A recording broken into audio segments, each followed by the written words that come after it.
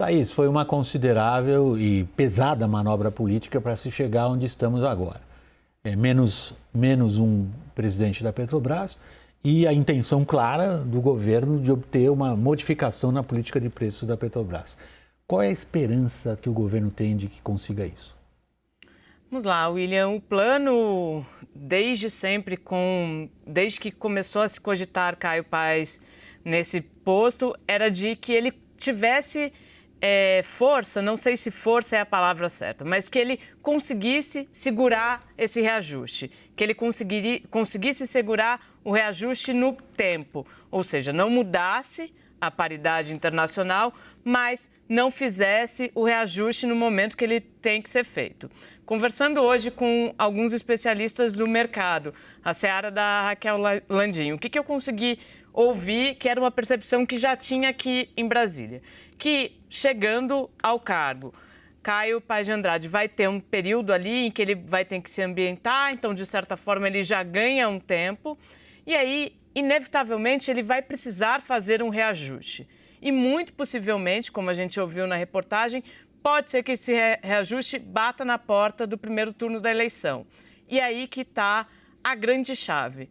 Conversando com pessoas que conhecem o perfil de Caio Paes de Andrade, me disseram que ele banca segurar e dar o reajuste depois da eleição, mesmo sob o risco de ter ali o seu CPF implicado no período pós-eleitoral. Então, me parece que essa é um pouco a aposta hoje no governo.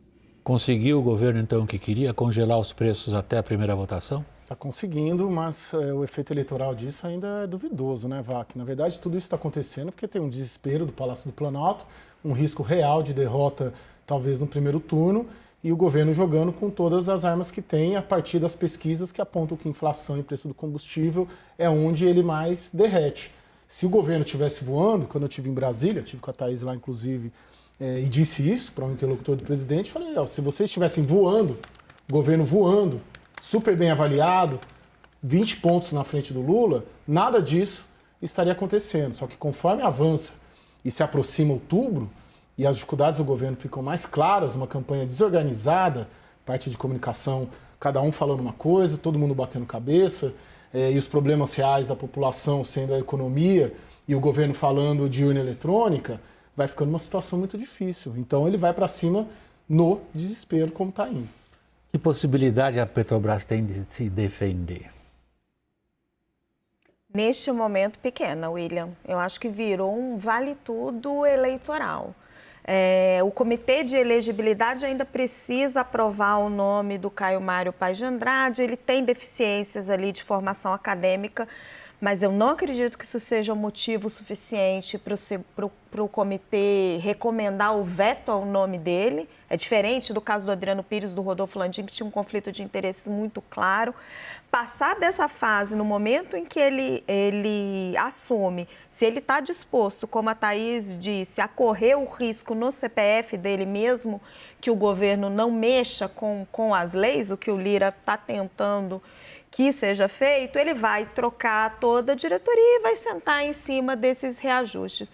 A Petrobras ainda tem algum mecanismo de controle que as decisões dentro da Petrobras, depois da Lava Jato, elas passaram a ser colegiadas. Mesmo nas diretorias? Mesmo nas diretorias. Não é como, por exemplo, na época, acho que vocês vão lembrar aqui, de Paulo Roberto Costa ou Renato Duque, em que eles, indicados pelo PP, respectivamente, e pelo PT, eles aprovam... Mas vinham de dentro da empresa. Vinham de dentro da empresa, mas eram indicados, eram da cota dos partidos, e eles tinham a caneta ali para aprovar contrato, contratar fornecedor, fazer o que bem entendesse. Agora, as decisões são por via colegiado, que segura um pouco, mas a minha avaliação, William, é que as defesas da empresa estão ficando cada vez mais frágeis. Sabe uma coisa interessante da gente... Desculpa, Thaís. Por favor, Thaís. Thaís. Que parece cada vez mais claro, conversando com vários atores políticos hoje aqui em Brasília, é que o discurso está montado, está bastante fechadinho para o governo. É muito fácil agora o presidente Jair Bolsonaro colocar a Petrobras como a vilã e colocar naquela narrativa que ele já fez na pandemia, por exemplo. A Petrobras que não deixa eu mudar A Petrobras que está dando aumento, como os governadores não me deixavam atuar durante a pandemia, é o Supremo que não me deixa governar. Então, esse discurso, ele está sendo construído e consolidado dia após dia. Se ele vai ter efeito eleitoral, ainda não sabemos. Mas há uma convicção de que não há nenhuma medida que tenha um efeito prático real. Nenhuma medida possível, nenhuma dessas que estão sendo discutidas hoje vão ter o efeito que a gente poderia esperar, que era no bolso do consumidor, William. Caio. É interessante a gente ver que o presidente Jair Bolsonaro tem dificuldade de reeleição, mas o presidente da Câmara, Arthur Lira, não. Então, se ele consegue aprovar um desmanche, vamos chamar assim, uma flexibilização, mudança na lei das estatais, ele hoje corre também, ao contrário do presidente Jair Bolsonaro, o Arthur Lira é favorito para se reeleger no ano que vem, ainda sob um governo Lula, porque ele vai estar no cargo de outubro até janeiro, né? Com emenda de relator e tudo mais. Semana passada a gente trouxe, inclusive, uma informação que eles têm interesse em tornar impositivas as emendas de relator. Então é uma mudança justamente para quem vai manter um poder no ano que vem. Por mais que o presidente Jair Bolsonaro possa vir a perder, o Arthur Lira, praticamente como deputado federal, muito difícil não se reeleger. Como presidente da Câmara, mesmo sob Lula, tem grandes chances de ganhar. E aí você pega uma estatal desse porte já flexibilizada e com possibilidade de indicar diretorias que foram pulso. Deixa eu voltar, Thaís, a outro ponto que o Arthur Lira levantou, que é a CPI. Nas palavras dele, os partidos estão formatando a CPI. Sai ou não sai essa CPI? William, o presidente Arthur Lira disse que quem vai protocolar esse pedido é o líder do PL. PL, o partido do presidente Jair Bolsonaro. O que eu consegui ouvir aqui? Que a gente está vivendo uma situação bastante inusitada, mais uma situação bastante inusitada, em que o próprio governo se tornou oposição. É disso que se trata. É o governo Jair Bolsonaro abrindo uma CPI para investigar uma empresa estatal. Assim, não faz sentido nenhum na cabeça de políticos que são experientes, mas me parece que faz parte desse arranjo de retórica política eleitoral. Se ela sai, se ela não sai, ainda não consigo cravar. Mas que tem uma esquizofrenia, tem, William.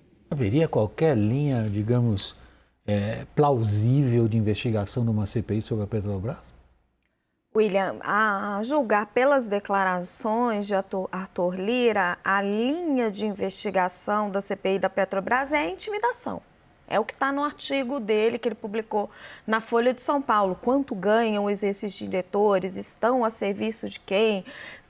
Quem são seus parentes? Para onde trabalham? Então, enquanto não se troca toda a diretoria, enquanto o Caio não assume, ele não tem a maioria no conselho para trocar toda a diretoria, ele está intimidando, emparedando esses diretores que foram escolhidos pelas antigas gestões, apesar de algumas pressões que já vinham ocorrendo. O presidente Jair Bolsonaro chegou a pedir ao general Joaquim Silva e Luna, nos dizem interlocutores do general, 2 diretorias da Petrobras para amigos próximos. O general negou.